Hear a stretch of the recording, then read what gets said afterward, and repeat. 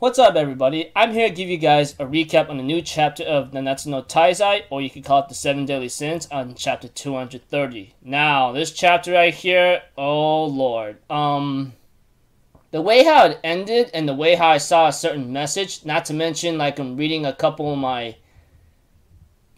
people's comments, etc. It looks like to me next week is going to be pretty high up in the ladder where I think it'll be pretty exciting. So if anything else, let's just get this started.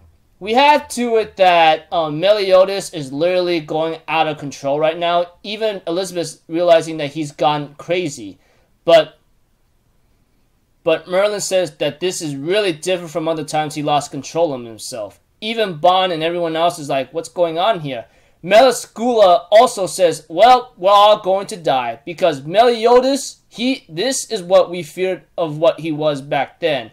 And this right here is his assault mode, which could mean his high peak level form. And Escanor tells Merlin to seal us up right now and puts him in a perfect queue with Meliodas. And we see to it that Merlin realizes that in his desperate measure to destroy Meliscula's spell, he literally had to enter his all-out, all-in, all-out powerful mode. But the bad thing about it is that it robs him of everything, of his feelings and emotions. And it's not something that he should have made a bet right there. And Meliscula is like, I was kind of concerned with what's going to happen here. But, without Meliodas and the terrifying Escanor, you 7 Deadly Sins would be fodder to me. We had to it that Bond was trying to look for Meliscula's last heart, but apparently he couldn't find it. And we have to it that Meliscula tells Bond, you've been looking for my heart. Well, let me tell you something. I can move it wherever it is as long as it's in my long body of mine.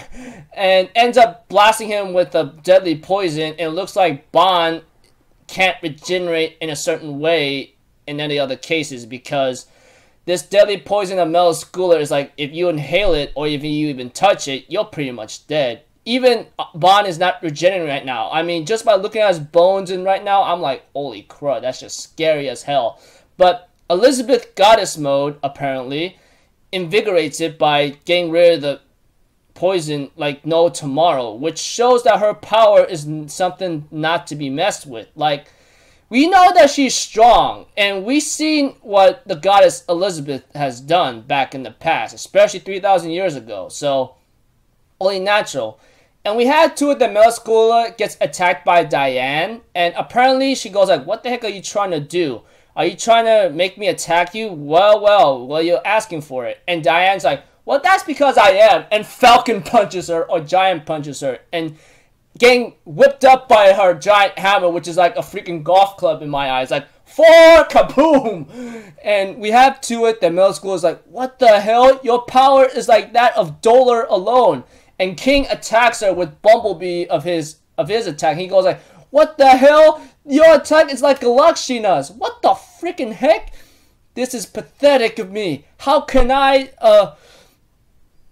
mere demon of the 10 Commandments, be overpowered by a freaking fairy and giant like you?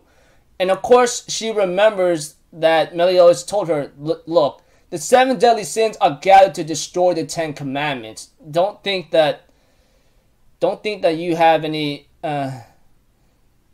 chance against them. Of course, Merlin did tell Meliscula, look, the moment you made light of us and decide to fight us in that form is the moment you decided to die. It's already over. But if you were using your true magic instead, the battle would have been different, many ways to one. But it looks like to me you're not making any progress at all. And of course, Meliscula was trying to escape, obviously. But Elaine blocks her path and uses Tempest Falls, and she wants to end all of this. And Meliscula warns Elaine, you do understand if I die, you die too. You know that, right? And Gother comes out of nowhere, or jumps into a quick fashion, and breaks off her nervous system for 10 seconds. And Elaine asks Merlin to do the honorable, but we have to it that Merlin asks her, like, are you sure about this? And of course, Elizabeth comes in and tranquilizes Meliscula, and she realizes that she tells Elizabeth to stop, but it was too late. It looks like Meliscula is actually a little tiny snake that lived for 300 years, as Elizabeth says, and she was just bathing in the powerful Miyasama of the demon world. So, Meliscula, this entire time, to my greatest shock, is a snake. Like, the 10th commandment, Meliscula of Faith, is a snake. The only reason why she's in human form, or that mighty demon form, whatever you want to call it, is because she was bathed in Miyasama of the demon world. I'm like, you're kidding me. A demon king literally chose a snake to be a 10th commandment. Really? A snake to be a 10th commandment? Makes me wonder what the other guys are. Aside from me being an idiot, Merlin ends up calling Elizabeth sister, or sis, which he goes like, oh, no. And we go to the scene with Escanor asking Meliodas, hey, are you okay? You look really different from the captain that I know. And my words getting to you? And Meliodas is like, shut up, you freaking lowly human. I am Meliodas, leader of the 10 Commandments. And he just stares at Escanor in total rage, not even knowing who Escanor is. And Escanor is like, how impertinent. And gets ready to clash against him.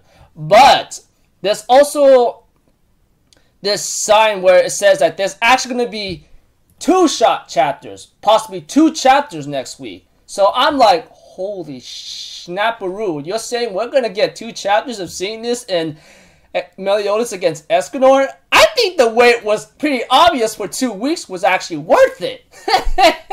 Oh man, I'm pretty excited. Like, we have to know Escanor is really strong, and we have yet to see him at his peak 12 o'clock noon form. I mean, he destroyed Estarossa, let's leave it at that. But Zeldris, on the other hand, was also destroyed, but he was left unscathed.